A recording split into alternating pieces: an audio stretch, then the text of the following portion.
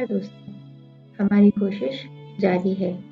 यदि इस प्रस्तुति से कुछ पल के लिए भी आपको आनंद प्राप्त हुआ हो या आपको आपकी किसी पुरानी बातों की याद आई हो, तो हम अपने इस प्रयत्न को सार्थक समझेंगे। आज की कहानी का शीर्षक है एक एहसास। समय बीतता गया और हम कब बड़े हो गए इसका एहसास इस दिन हुआ। सुबह के 8:30 बज रहे थे। सब कुछ रोज की तरह चल रहा था।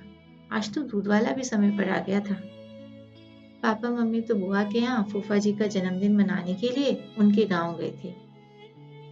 सब काम खत्म कर हम मुंह में ब्रेड दबाए, हाथ में डब्बा लिए और बगल में पुस्तकें दबाए कॉलेज जाने के लिए घर में ताला लगाने ही जा रहे थे कि फोन की घंटी बजी।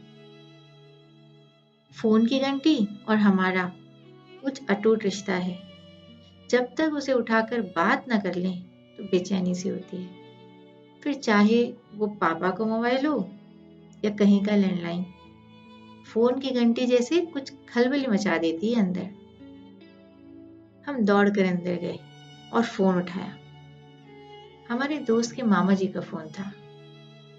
पीछे एक अजीब सा सन्नाटा था और उनकी आवाज में दर्द छुपा सा था।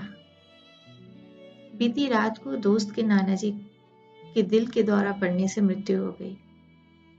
मामा जी ने उठाने का समय बताकर फोन रख दिया। यह खबर सुनते ही हम स्तब्ध हो गए। कुछ समझ नहीं आ रहा था कि क्या करें। ऐसे संस्कारों में आज तक जब भी ऐसी घड़ी आई तो माँ पापा हम बच्चों को घर पर छोड़ खुद वहां जाते। कहते हैं कि बच्चों का जाना वर्जित माना जाता है, पर आज तो कोई भी नहीं। और फिर हमारा दोस्त और नाना जी। हम सब दोस्तों का नाना जी के साथ किस्से, कहानियों और कविताओं का रिश्ता था।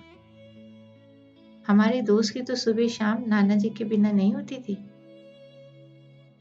बहुत सारे प्रश्न और विचार चल रहे थे। क्या दोस्त को फोन लगाएं कि चले ही जाएं? जब जाएंगे तो क्या बोलेंगे? उसे क्या समझाएंगे? समय कब कैसे बीत गया इसका अंदाजा ही नहीं हुआ। जब होश आया तो एहसास हुआ कि उठाने में सिर्फ आधा घंटा ही शेष रह गया था। तो बिना कुछ सोचे समझे जो सामान हाथ में था उसे वहीं टेबल पर रखकर भागते दौड़ते हम वहां पहुंचे। मोड़ पर से ही नाना जी का घर अलग सा नजर आ रहा था। काफी लोग थे बाहर, पर कुछ बंटवारा सा लग रहा था। सारे जेंट्स घर के बाहर, सारी लेडीज अंदर कमरे में, नाना जी लेटे हुए थे। काफी लोग शोक व्यक्त करने के लिए आंसू बहाकर क्रंदन कर रहे थे, पर पता नहीं क्यों हमें यह शोककूलता कुछ अजीब सी लग रही थी। नाना जी के कमरे में आज तक कभी भी हमने एक साथ इतने लोग नहीं देखे। हाँ, ऐसा लग रहा था कि बहुत शोर हो रहा है। पिछले 4-5 सालों से तो हम रोज देख रहे थे नाना जी ढूंढते थे लोगों को बात करने के लिए, और आज जब अचानक वो नहीं रहे तो न जाने अनजाने में ही पहचान वाले लोग निकल आए। लोग जीते जी क्यों नहीं मिलते या बात करते? इंसान के जाने के बाद ही क्यों उसके लिए समय मिलता है और उसको सारी पुरानी बातें याद आती हैं सुनाने के लिए।